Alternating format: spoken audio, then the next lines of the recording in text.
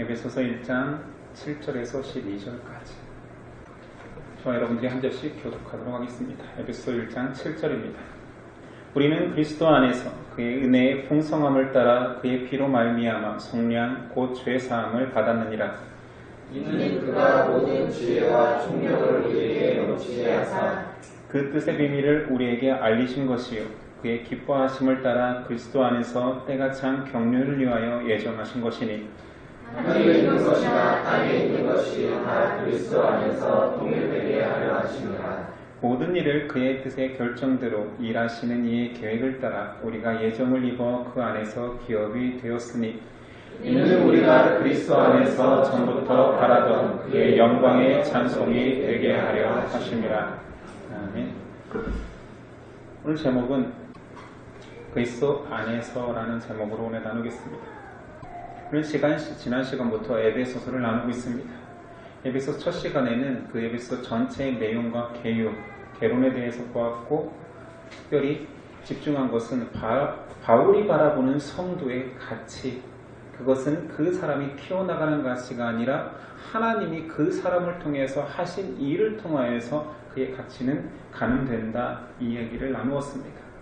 하나님이 성도 한 사람에게 하신 일은 세 분의 역할이 있었지요. 성부께서 하신 일은 태초부터 그를 구속하고자 했던 계획이 있었고, 성자는 하나님의 계획 안에서 십자가로 우리를 대속하셨고, 성령은 그 모든 약속을 인치셨습니다.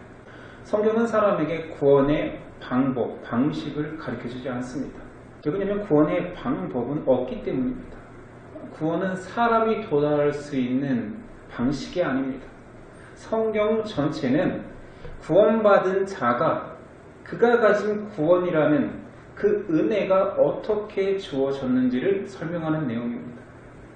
그러니까 그거를 역으로 환산해서 이러이러하니까 우리가 이렇게 하면 구원받을 수 있구나, 아닙니다. 가질 수 없는 그 구원에 대한 하나님은 구속의 은혜에 대해서 이루어진 일이 어떻게 우리에게 이루어졌는지를 설명하는 거죠. 구원의 방식 설명이 아니라 우리에게 이루어진 결론을 해석한 것입니다. 그 세 분이 하신 그 놀라운 일에 의해서 우리는 성도가 되었습니다. 오늘 말씀 7절에서 12절은 그 세 분 중에 성자께서 하신 내용입니다. 7절, 우리는 그리스도 안에서 그의 은혜의 풍성함을 따라 그의 피로 말미암아 속량 곧 죄사함을 받았느니라. 7절에서 그리스도 안에서라는 이 표현이 9절에서도 그리스도 안에서, 10절에서도 그리스도 안에서, 12절에서도 동일하게 강조되고 있습니다. 다시 한번 말하지만 바울은 정확히 진리를 인지하고 있습니다. 우리가 구원을 이루어낸 것이 아니다. 우리가 믿어서 하나님께 도달한 것이 아니다.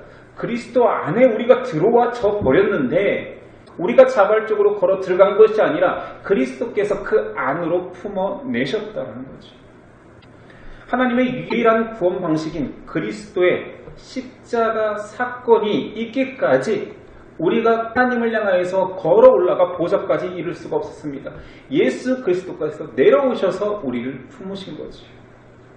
그래서 바울의 첫 번째 구속의 의미는 죄사함으로 설명합니다. 그리스도께서 오셔서 대속, 죄사함의 은혜를 주셨다는 것이요. 속량 받았다는 거예요. 죄 있는 자가 죄를 사함 받았다. 이 속량이라는 일반적인 뜻은 이렇게 생각하기 쉽지요. 유죄인 자가 무죄로 바뀐 것으로서 이해하기 쉬운데 아닙니다. 여기서 속량은 유죄 선고 받은 자를 대신해서 누군가가 속전 돈을 지불하거나 대속물을 지불해서 그 죄값을 치루었다는 의미입니다. 결코 무죄로 바뀌었다는 얘기가 아닙니다. 디모데전서 2장 6절, 그가 모든 사람을 위하여 자기를 대속물로 주셨으니 기약이 이르러 주신 증거니라. 이 대속물이 개정되기 전에 기억 한글에 바로 속전이라고 나와 있었습니다. 속량받기 위해서 지불하는 돈, 속전. 근데 그 속전을 우리가 또한 준비해서 이 정도의 돈을 준비하거나 이 죄값에 대한 가치를 준비해서 내가 내버리면 되지가 아닙니다. 우리가 준비하지 않고 그냥 그분께서 성령하시기 위해서 그분이 준비해 오셔서 대속했다라는 거죠. 이것을 은혜라 말합니다. 로마서 3장 24절. 그리스도 예수 안에 있는 구속으로 말미암아 하나님의 은혜로 값없이 의롭다 하심을 얻은 자 되었느니라. 값없이 그리스도께서 대신 지불하셨습니다. 골로새서 1장 14절.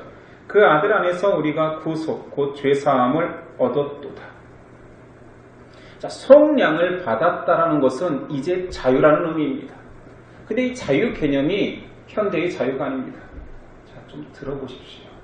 오늘은 졸면 진짜 안 됩니다. 오늘은 졸면 이름을 부르겠습니다. 그리스도께서 직접적으로 우리에게 행하신 그 일을 깨닫지 못한다면 너무 성경 자체가, 진리 자체가 어려워지거든요. 다시 돌아와서 현대인이 느끼는 자유는 성경이 말하는 자유하고 다릅니다. 자유라 할 때 다 알다시피 사전적 의미는 이런 겁니다. 외부의 구속을 당하지 않고 자신의 판단과 의지에 따라 선택하고 행동할 수 있는 상태. 그러니까 자신의 판단과 의지에 따라 사는 것이 자유죠. 근데 성경에서는 그걸 자유라고 하지 않습니다. 성경에서 자유는 죄의 소속에서 건져내어 하나님의 소속으로 만들겠다. 소속이 바뀌는 것입니다. 내 뜻대로 사는 것이 자유가 아닙니다. 왜냐하면 속전을 누가 지불했습니까? 하나님이 직접 지불했기 때문에 산 것입니다. 우리는 은혜를 거저받고 거저주신 선물이라고 하지만 사실은 그 선물을 받는 순간 나는 하나님 것이 되는 것입니다. 사버렸지. 고린도전서 6장 19절이야.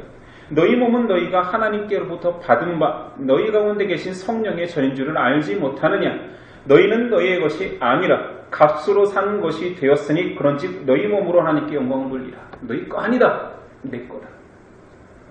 성도에게 이루어진 그 구속의 개념을 바울은 첫 번째 속량으로 먼저 증거합니다. 우리는 그것만을 기억하기 때문에 나에게 허락된 그 구속, 구원, 그것만 집중합니다. 성경은 그것만을 말하지 않거든요. 거기서 시작되죠. 두 번째, 구속의 의미는 하나님의 백성이 되었다는 것입니다. 똑같은 의미 같지요? 아닙니다. 하나님은 그 백성에게 지혜와 총명을 주십니다. 왜냐하면 오늘 말씀 8절 이는 그가 모든 지혜와 총명을 우리에게 넘치게 하사 9절 그 뜻의 비밀을 우리에게 알리신 것이요. 자, 하나님이 자기 백성에게 지혜와 총명을 준대요. 속량은 얻었잖아요. 이제 신분은 바뀌었잖아요. 근데 그대로 놔두지 아니하고 지혜와 총명을 주어서 그 뜻의 비밀을 알게 하기 위해서 사람에게 머리를 준, 이성을 준 이유는 하나님이 하신 일을 깨닫게 하기 위함입니다. 편리한 기술을 발달하고 우주에 나가라고 자리를 확장하라고 준 것이 아닙니다. 그 놀라운 일을 하신 하나님의 지혜를 깨달아 알라고 준 것입니다. 자, 그 지혜와 총명으로 그리스도 안에서 때가 찬 경륜을 위하여 예정하신 것이다. 이 말이 너무 어려워. 이 비밀을 우리가 지혜와 총명으로 구원에 이르는 것이 아니라 구원의 백성된 그 자녀가 그 이루어진 일을 그리스도 안에서 행해진 모든 일들을 깨달아 알 수 있도록 그래서 주신 거지. 원칙적으로 우리가 깨달은 것이 아니요. 정확히 말하면 그 안에 들어온 자들에게는 그 지혜와 총명을 강제 주입시킨 것입니다. 알 수밖에 없도록. 그래서 영어 해석은 굉장히 탁월하게 했어요. 우리말은 막 복잡해요. 때가 찬 경륜을 위하여 예비하신 것이니 He made known to us. 그가 알아지도록 만들어버렸습니다. 깨달아지도록 주입하신 거예요. 우리 복음은 너무 쉽게도 설명할 수 있습니다. 복음주의 시대에 살면서 복음을 너무 쉽게 팔지요. 예수 믿으면 천국 갑니다. 이것도 복음입니다. 예수님이 날 위해서 십자가를 치셨습니다. 이것도 복음입니다. 근데 그것이 그 복음 내용 자체의 전부는 아닌데 그것만을 이야기하죠. 그것만 이해하면 다 된다고 생각하는 신앙인들도 많지요. 근데 하나님은 분명히 이야기하잖아요. 너에게 지혜와 총명을 줬다. 그것은 그 지혜와 총명으로 너희가 그리스도께 다가가 구원받기 위한 수단이 아니다라는 것이요. 그건 벌써 허락됐다니까요. 그 지혜와 총명은 나에게 이루어진 일을 그 신비를 깨닫기 위함입니다.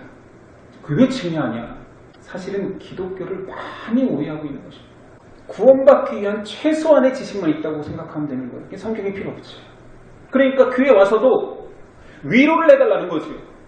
나 믿는 사람이고 나 하나님의 백성이지 않으니까, 나 구원의 확신이 있으니까 세상에 필요한 지혜를 주십시오. 아니면 최소한 위로를 줘야 되는 거 아닙니까? 라고 요구하는 거죠. 예수 십자가의 구속을 모르는 사람이 있습니까? 혹은 십자가에 죽고 사흘 만에 부활해서 기독교인들은 그 부활절을 지킨다는 지식적 내용을 모르는 사람이 어디 있어요? 근데 이게 무슨 신비입니까? 이게 무슨 비밀입니까? 여기서 말하는 그 신비로운 비밀을 지혜와 총명이 아니면 받아들여지지 않는다는 것은 말 그대로 그냥 내 것, 내 믿음, 의심할 수 없는 내 존재보다 더 확실한 확신이라는 거죠. 이제 알겠습니까? 믿어진다라고 표현하면 더 쉬울 수도 있겠습니다. 십자가에서 죽으시고 부활하셨다. 안 믿는 사람이 더 많지요. 사실은 안다는 거고 다른 문제입니다. 모든 것이 창세기 첫 글자가 시작하기 전에 계시록 마지막 글자가 완성되어 있는 완전한 상태의 글을 우리가 어쩔 수 없는 한계 때문에 인간의 언어로 써져 있었을 뿐이라는 거죠. 이것을 믿냐라고 묻는 것입니다. 이것이 신비라는 거죠. 이게 어떻게 믿어집니까? 바울이 말하고 싶은 것은 이것입니다. 하나님의 백성으로 선택받은 자가 아니고서는 이해가 되지 않는다. 받아들여지지 않는다. 이 비밀인 복음을 하나님께서 우리에게 받아지도록 믿음을 주신 거죠. 믿음으로만 그게 해석되어지는 것입니다. 그 비밀의 신비는 소수에게만 주어집니다. 마태복음 11장 25절이에요. 그때 예수께서 대답하여 이르시되 천지의 주제이신 아버지여 이것을 지혜롭고 슬기 있는 자들에게는 숨기시고 어린 아이들에게는 나타내심을 감사하니이다. 올소이다 이렇게 된 것은 아버지의 뜻이니이다. 내 아버지께서 모든 것을 내게 주셨으니 아버지 외에는 아들을 아는 자가 없고 아들과 또 아들의 소원대로 계시를 받는 자 외에는 아버지를 아는 자가 없느니라. 하나님께서 택한 자 아니면 많은 사실을 들어도 그게 받아들여지지가 않습니다. 믿어지지 않죠. 심지어는 숨기시기까지 한대요. 그분이 아들이신 사실을 숨기신대요. 예수님은 숨기지 않았습니다. 나는 너희가 믿는 여호와 그 하나님의 아들이라고 얘기했습니다. 근데 왜 성경은 숨긴다고 얘기할까요? 지혜와 총명을 허락하지 않으면 그것이 숨긴 것보다 더 보이지 않기 때문입니다. 꼭 숨긴 것처럼 안 보이는 거지. 글자를 전혀 못 읽는 첨부도 이 진리가 믿어지기도 합니다. 근데 세상에서 가장 똑똑한 지혜를 가지고 있는 박사라 할지라도 이 사실이 믿어지지 않는 거죠. 고린도전서 1장 21절 하나님의 지혜에 있어서는 이 세상이 자기 지혜로 하나님을 알지 못하므로 아무리 똑똑해도 자기 지혜로 하나님을 알 수는 없습니다. 가장 대표적인 반기독교 철학자가 니체죠. 혹시 니체 책 읽어보셨습니까? 근데 저는 재밌어서 읽다기보다 대학 때 있어 보이잖아요. 짜라투스트라는 이렇게 말했다. 지금 저기도 있는데 내가 대학 때 가지고 있던 책이 지금 저기도 꽂혀있어. 얼마나 있어 보입니까? 못 알아듣는 문장이 있을 때마다 희열을 느꼈어요. 내가 한국말인데 모르겠네? 그래 이거는 계속 묵상하면 이해될 거야. 이것을 이해하는 순간 내 수준은 뛸 거야. 이런 뭐라고 할까요? 지적 허영심으로 읽었던 기억이 납니다. 이렇게 표지도 보이게 들고 다니는 이렇게. 맞죠? 제가 실제로 그랬기 때문에 그런 거예요. 그래서 이게 겉표지가 떨어졌거든요. 많이 들고 다니면서. 많이 읽었다기보다 많이 들고 다녀서 겉표지가 떨어져가지고 스카치 테이프로 다시 붙이고 또 들고 다녔습니다. 그 책이 저 책이에요. 가보면 스카치 테이프가 붙어있을 거예요. 지금. 아무도 들춰보지 않았기 때문에 스카치 테이프는 탄탄하게 붙어있을 것입니다. 그 니체가 신은 죽었다라고 하죠. 여러 가지 철학적 용어로 신이 죽었다고 하는 게 아니라 진짜로 신을 부인합니다. 대표적인 무신론자입니다. 그리고 인간의 이성을 강조합니다. 총인이 되어라. 그러니까 젊었을 때 얼마나 멋있습니까? 잠깐 와닿는 것이 인간의 한계를 극복하고 야 편한 길로 걷지 말고 힘든 길로 뛰어들어라. 짜라투스트라가 그랬지요. 니체가 인용하면서. 짜라투스트라가 독일어 이름인데 영어 이름이 뭔지 아십니까? 조로아스터. 조로아스터교의 창시자 바로 그 조로아스터입니다. 지성 중에 가장 뛰어난 지성을 가졌다는 니체가 성경을 이해할 수 없었습니다. 수십 번, 수백 번을 읽었다고 하는 그 성경에 대해서 그는 이해할 수 없었습니다. 그 비밀은 사람의 지혜로 깨달아지는 것이 아닙니다. 그 비밀을 듣고 있는 지금 여러분이 앉은 자리는 선택된 자리입니다.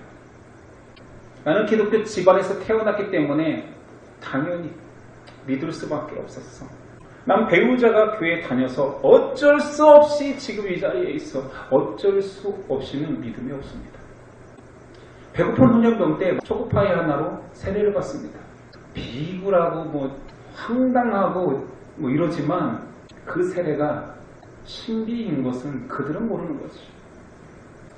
우연히 당연히 생기는 믿음 없습니다. 하나님의 절대 조건이 허락되지 않으면 그냥 가리워집니다. 신비인 거지.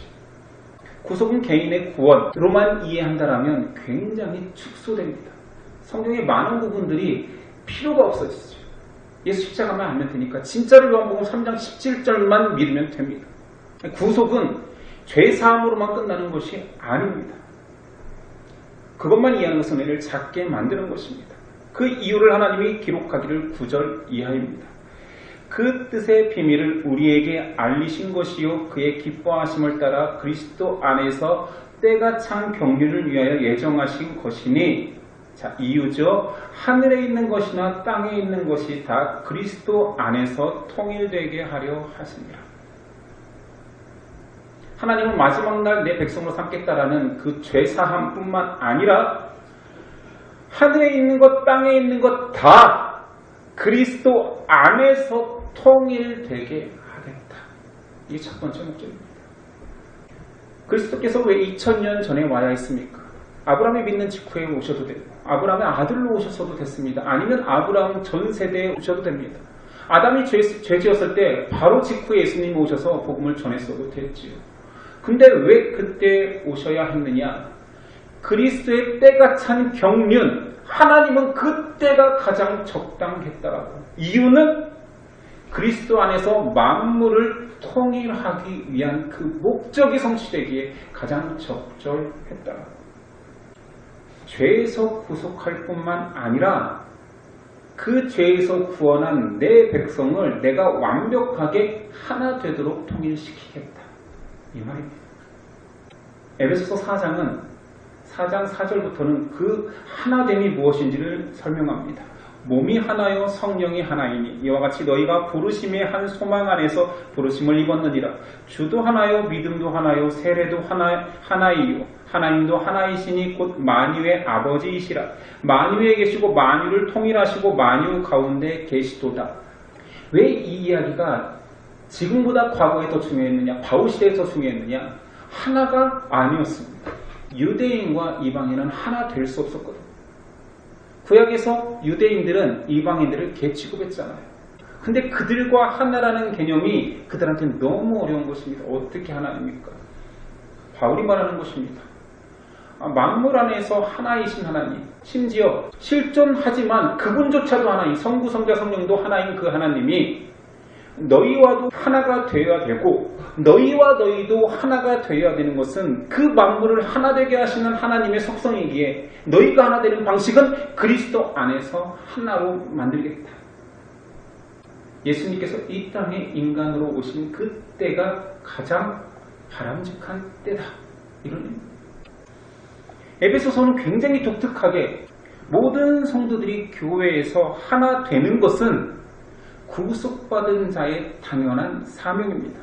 저는 어쨌든 신학을 했잖아. 공부도 했고 교회 안에 여러 가지 사역들도 해봤잖아. 이 교회 저 교회에서. 이것을 안 가르친다는 거예요. 이것을. 구원만 가르친다는 거예요. 예수 믿고 구원받아라. 예수 믿고 천국 가라. 예수 믿고 축복받아라. 기도하면 응답받는다만 가르치지. 너희를 구한 이유 그리스도 안에서 하나 되게 하기 위한 교회의 이유가 있다라고 말하는데 이것을 안 가르친 거예요. 그 중요한 사실을 교회의 본질을 이야기하지 않으니 그래서 아무 교회 나가도 되고 아무 곳에 나가서 예배 드려도 된다. 그러니까 아무 성도가 되는 거예요. 성도가 교회라는 신비로운 유기체 속에서 하나됨을 연습하지 않는다는 것은 그냥 사명을 상실한 거예요. 구원은 받겠다라는 거지요. 근데 하나님의 백성으로는 안 살겠다라고.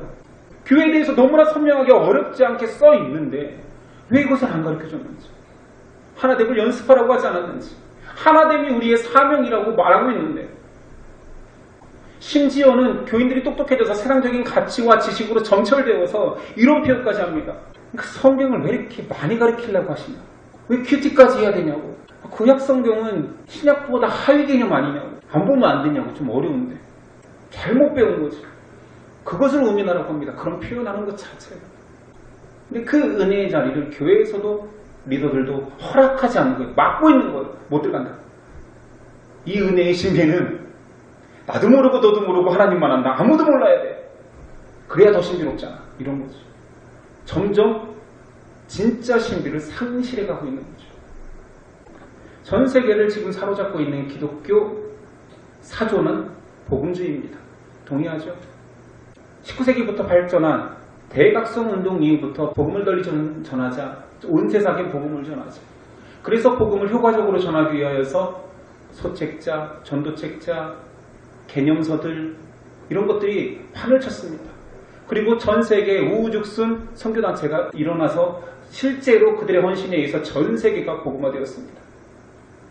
근데 복음주의의 후기에 있는 우리는 전 세계가 복음화된 게 아니라 전 세계가 기독교 문화화됐고 진리는 상실했습니다. 의식 있는 신학자, 목사, 교수들이 다 이 얘기를 하고 있습니다. 여러분이 책만 찾아서 읽어도 알 수 있는 내용입니다. 기독교 복음주의가 기독교의 진리를 버리고 사람을 택했습니다. 사람에게 맞는 종교화 시킨 거죠.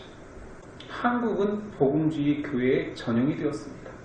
교회가 커지면 좋은 교회, 전도만 되면 성장하는, 성령이 역사하는 교회라는 얼토당토하는 결론을 내립니다. 이게 복음주의의 폐단입니다. 예레미야 시대 때, 이사야 시대 때 복음이 전해지지 않았죠. 심지어는 자기 혼자 있다라고 울며 기도하다가 네가 모르는 7,000명이 있다라고 하나님이 선언해 주죠. 근데도 그러면 믿는 자의 숫자를 늘리지 않았기 때문에 그들이 진리를 훼손한 것입니까? 진리만을 전했을 때 오히려 더 사람들은 극소수로 변해갔고 대중들에게는 외면받았습니다. 우린 지금 복음주의가 낳은 태신자들입니다. 저도 여러분도. 복음주의 그것도 정점에서 태어났죠. 선교단체가. 교회에서가 아니고. 근데 거기서 배운 것은 헌신, 순종은 배웠지만 진리를 요목조목 하나님의 지와 명철을 가지고 말씀을 해석하고 그 말씀이 나를 바꾼다는 사실은 철저히 외면받았습니다. 매일 전도하지 않으면 살 자격이 없다고 배웠지만 성경 안 보는 거에 대해서는 관대했습니다. 다 같이 안 보니까. 큐티 하나 하는 걸로 성경을 다 본 것처럼 오늘 큐티하면 잘 사는 거, 큐티 못하면 얼토당토하는 신앙인인 것처럼 취급받으면서 살아왔죠. 일면 맞은 것 똑같아요. 큐티는 말씀이니까. 근데 어느 누구도 말씀을 해석해 주진 않았다는 거죠. 말씀이 잘 선포되고 말씀이 잘 요리되어서 나간다는 것은 여러분에게 가장 큰 축복입니다. 하나님의 지식을 알아간다는 것만큼 신비로운 사실은 없습니다. 그것이 우리의 존재의 이유니까요. 하나님의 말씀은 비밀을 풀어주시며 그리스도 안에 만물을 통일시키십니다. 이게 첫 번째 목적이요. 두 번째 목적은 11절이합니다.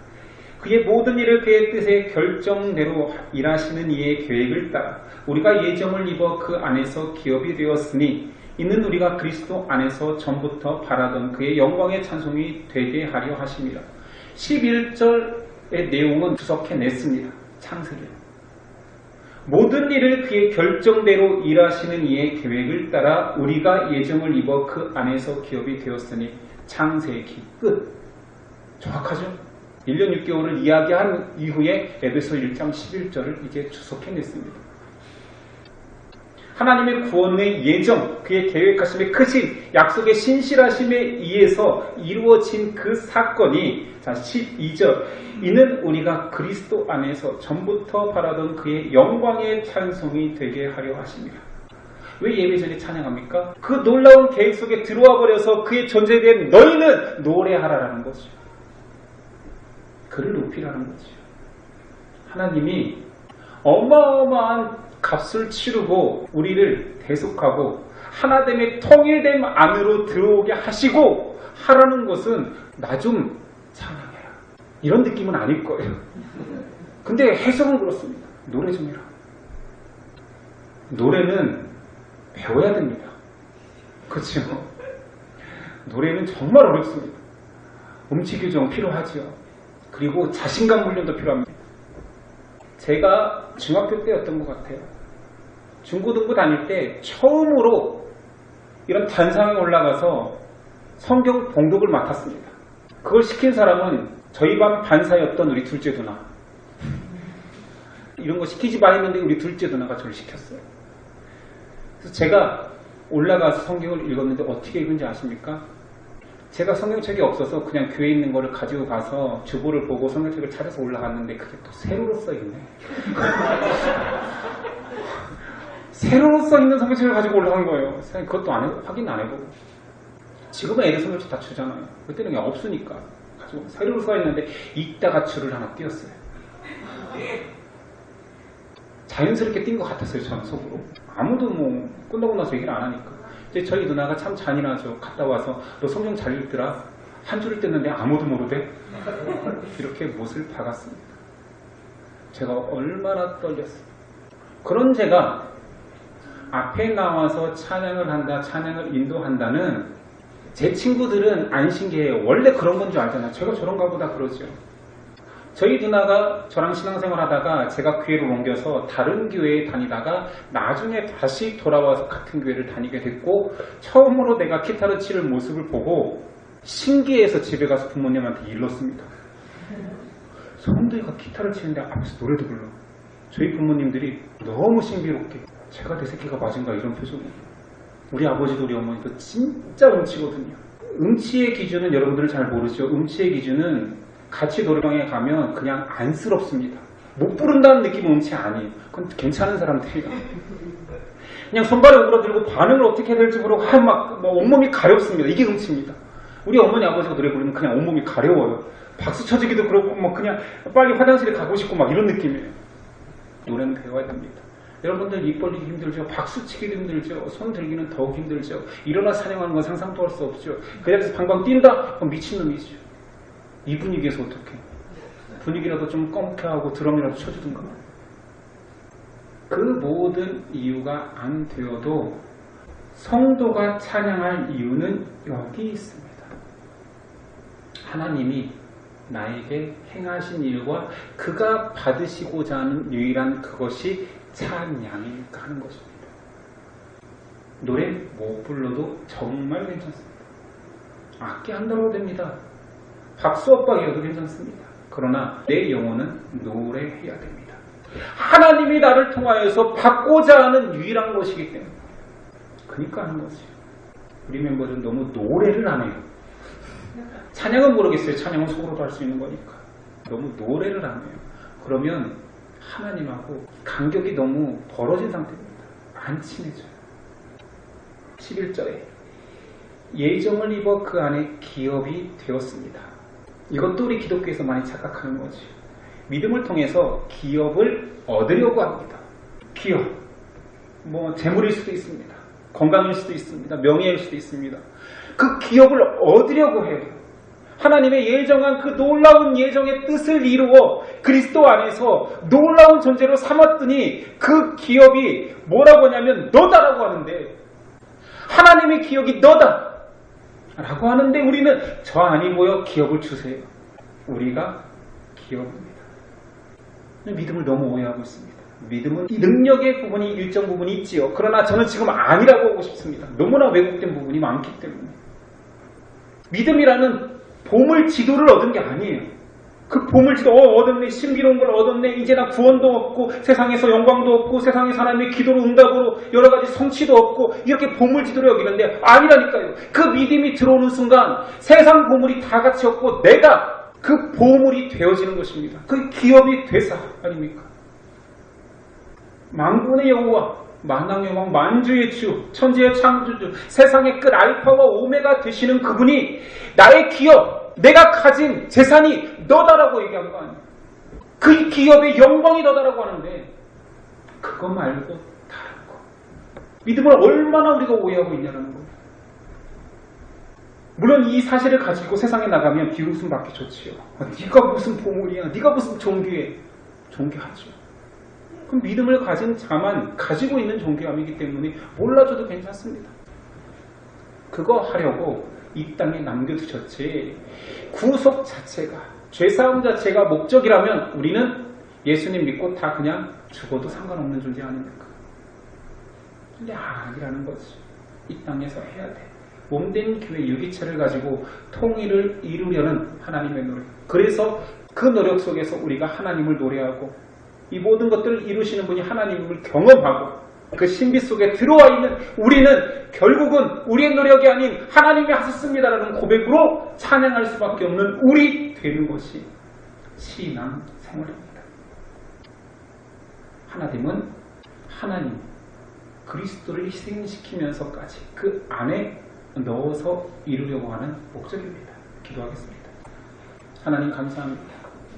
우리를 구속한 것뿐만 아니라 만물의 하나 되신 주님께서 그 안에 그리스도 안으로 불러들여 우리를 하나 되게 하시고 너와 내가 또한 하나를 이루어 하나님께 찬양 드리라 합니다. 어렵습니다. 우리가 하나 되기보다는 혼자 사는 것이, 우리가 같이 하기보다는 홀로 하는 것이, 모든 영광을 내가 다 취하는 것이 더 좋은 우리이지만 하나 되보라고 하니 성부, 성자, 성령이 하나인 것처럼 그리스도 안에서 우리도 하나 되었으니 해보겠습니다. 진짜 이것이 기쁨인지 하나님의 축복의 삶인지 경험하겠습니다. 그래서 이것이 기쁠 때에 마지막 날 온전한 하나 될 일을 기대하며 소망해 나아가겠습니다. 믿음 주시옵소서. 하나 만들어 주시옵소서. 예수님의 이름으로 기도드립니다. 아멘.